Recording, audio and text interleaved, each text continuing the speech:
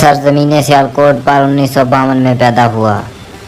جب یہ جوان ہوا تو اس نے دودھ کا کاروبار کرنے کا سوچا۔ اسی سلسلے میں 1971 میں کمیٹی چوک راولپنڈی چلا گیا۔ 2 سال کی محنت و مشقت کے بعد اس نے 1973 میں کمیٹی چوک پر دودھ کی دکان ڈال لی۔ اس کے ساتھ ساتھ وہ چائے بھی بیچتا تھا۔ اس کا چھوٹا بھائی جس کا نام ارشد تھا وہ اس کو اس کے کام میں ہاتھ بھی بٹاتا تھا۔ ان کی قسمت چمک اٹھی تھی کہ ان کا کاروبار چلنے لگا تھا، لیکن وہاں کے کچھ لوگوں کو ان کی ترقی ہضم نہیں ہو رہی تھی۔ وہاں اس محلے میں 3 بدماش رہا کرتے تھے۔ وہ روزانہ شوکت کی دکان پر چائے پینے کے لیے آیا کرتے تھے، مگر اس کو پیسے بھی نہ دیتے اور الٹا اس کو تنگ کیا کرتے تھے۔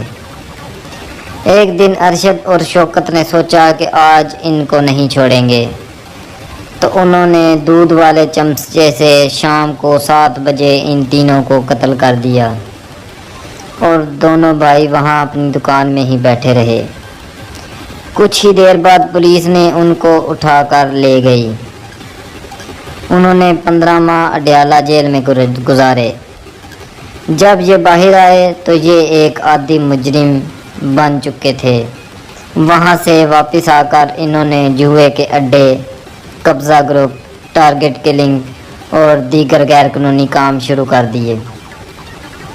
اس کا ایک بہت ہی مشہور واقعہ ہے کہ شوکی کے ایک دوست کی دکان کا سبزی منڈی میں کوئی مسئلہ چل رہا تھا، تو اس نے وہاں پر 2 افراد قتل کر دیے، اور جب پولیس آئی تو اس نے SHO کو بھی مارنا شروع کر دیا۔ جب وہ شوکی کو گرفتار کر کے لے گئے تو SHO نے اپنے ایک کانسٹیبل کو بلایا اور کہا کہ اس کی مونچھیں اتار دو، تو وہ آگے نہیں بڑھا۔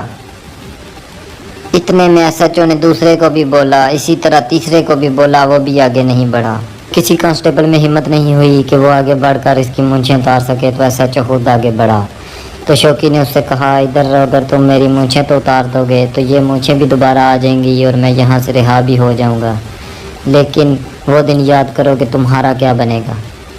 جب میں یہاں سے رہا ہو کے جاؤں گا تو تمہارا کیا بنے گا۔ اس کے 3 ماہ بعد شوکی رہا ہو گیا۔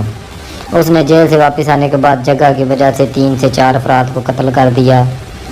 اسی طرح کرتے کرتے اس نے 30 سے 40 قتل اور کر دیے، اور جس طرح جب اس نے دیکھا کہ اس کے بچے جوان ہو رہے ہیں اور اس کا اثر ان پر برا پڑ رہا ہے، تو اس نے تمام کام چھوڑ دیے اور شرافت کی زندگی گزارنی شروع کر دی۔ مگر وہاں ایک بدماش رہا کرتا تھا جس کا نام کالے ہاں تھا۔ اس نے اپنے باپ کو بھی قتل کیا تھا اور اپنی ماں کو بھی۔ اسی طرح وہ بدماش نامی گرامی بن گیا۔